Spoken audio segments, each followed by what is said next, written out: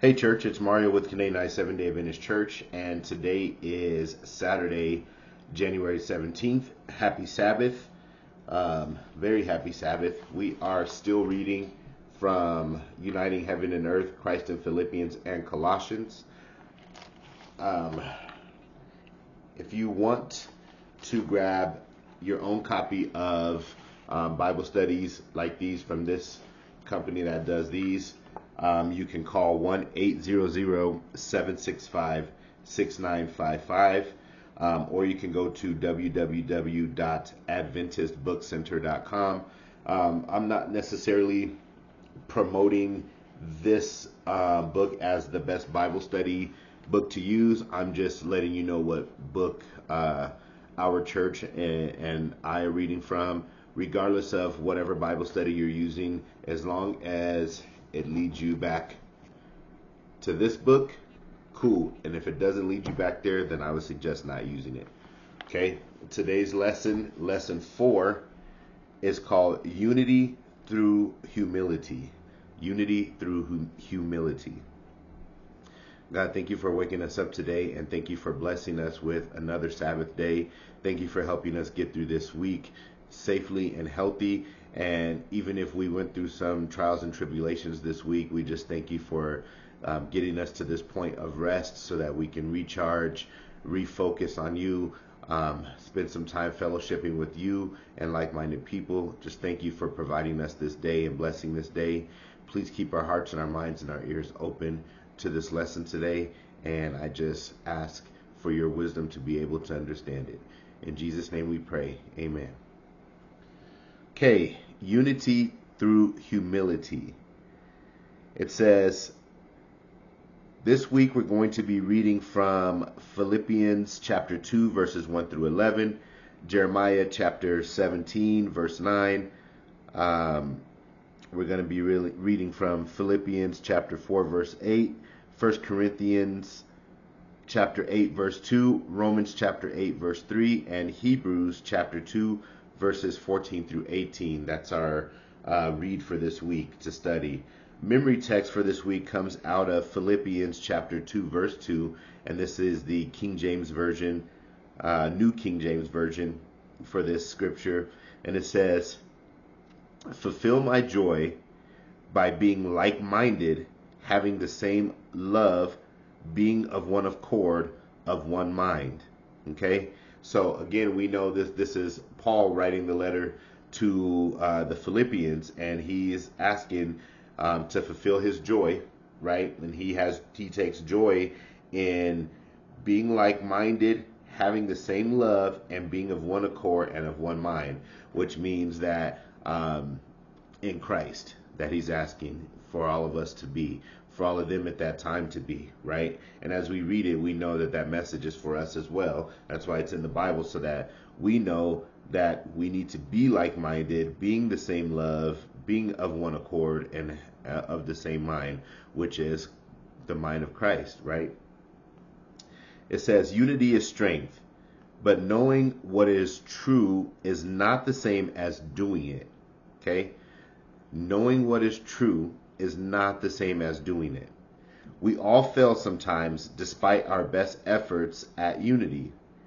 But that's not the same as deliberately undermining unity.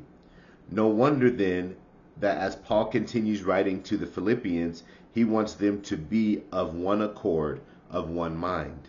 Okay? So you can read it and know it, but you got to then do it. Okay? In order to receive, you got to believe. Okay, believe, then receive. Those two things. You believe in the word, and then you receive, which means you act. Make the choice of choosing Christ. Make the choice of following Christ. Make the choice of letting Christ in, right? So you know the truth, and now you do it. Paul bases the necessity of unity on the teaching and example of Jesus. It's a theme that we find throughout the New Testament, and especially in the epistles.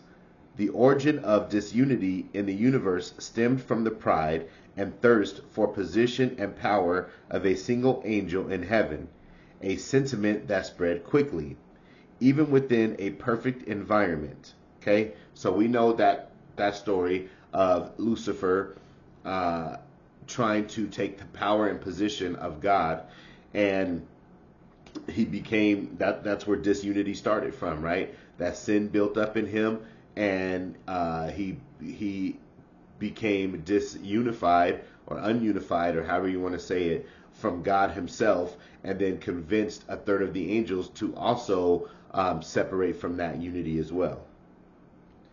It then gained a foothold in Eden through a similar discontent with the rules God had put in place and the desire for rising to a higher sphere than that which God had designed. And that's in Genesis 3, chapter 3, verse 1 through 6. So we know that disunity gained a foothold in Eden because Satan was then able to convince Eve, right, to, instead of being unified with God and with Adam, to basically unify herself with Satan, right? Unify herself with the serpent, because it's you got to think it's not just disunity with Christ. It's not like, okay, we're not unified with Christ, we're just out here trying. No, if you're not unified with Christ, then you are unified with Satan. There's only two. You're not a free agent. You're not out there just chilling, trying to pick a side. If you're not on one side, you are already on the other side. So if you're not with Satan, then you're with God. Okay? And if you're not with God, then you're with Satan. There's no in between. There's no gray area. There's no fence. There's none of that. It doesn't exist. Okay? So the moment that she decided to eat from the tree that God said don't eat from, she became unified with the serpent. She became unified with Satan because she then did what he said and unified with his beliefs and with his words and everything else. So, and then Adam did the same thing, because now that Eve is unified with the serpent and she brought that to Adam to eat, and then he did eat, now he's no longer unified with God. Now he is in unity with Eve and the serpent. Okay, you see how that works? This week we will look at the biblical basis for unity in the church, focusing especially on the amazing condescension of Jesus, the lessons we can gain from beholding him, and how we can grow to be more like him. Okay, that's why Jesus is calling us back. That's why Jesus died for us, so that through him we can be unified back with God. Okay, he told us, I am in him and he is in me. And I want to be in you and you in me the exact same way, so that we can return back to God, so that you can get back to God. You can't get back. No one can get to the Father except through me. That's unified. We have to be unified. You got to be with me in order to be with the Father. You can't come to the Father by yourself with a different character. We're not unified. Okay, there's no unity there. So he was showing us the example the entire time. He stayed in unity with God his entire time through all the way up into the part where he was crucified, right? And then he had to die for our sins, which was the separation. That was a separation that killed him, was now no longer being unified with with God for that period of time that he had to die for our sins. Okay?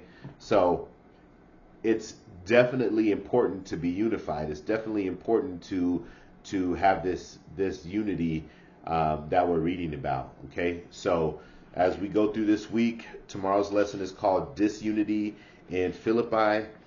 Monday's lesson is called The Source of Unity. Tuesday is Mind Implant or Mind Surgery. Okay, Wednesday is The Mind of Christ. Thursday is the mystery of godliness. And Friday, as usual, is our weekly wrap up with 3 discussion questions there. So let's pray and get our hearts prepared for the lesson today, and for the Sabbath today, and just be thankful that we made it through another week and we made it to a blessed day like the Sabbath. God, thank you again for this day, and we thank you again for this day of rest. We thank you for always thinking of us, providing us with everything we need, even though sometimes we don't know we need it, or we don't even deserve it. But we thank you for still providing for us and still waking us up. If you woke us up today, that means we still have time. And so we thank you for waking us up again, and just thank you for this blessing of patience that you have with us. Thank you for your Holy Spirit. Please continue this week to show us how to use and accept the Holy Spirit. Please prepare our hearts and our minds as we go out into the world today, as we go to church today, or as we stay home and study with our families, whichever one we're doing. And we ask for all of these things in Jesus' name. Amen. Till next time, church.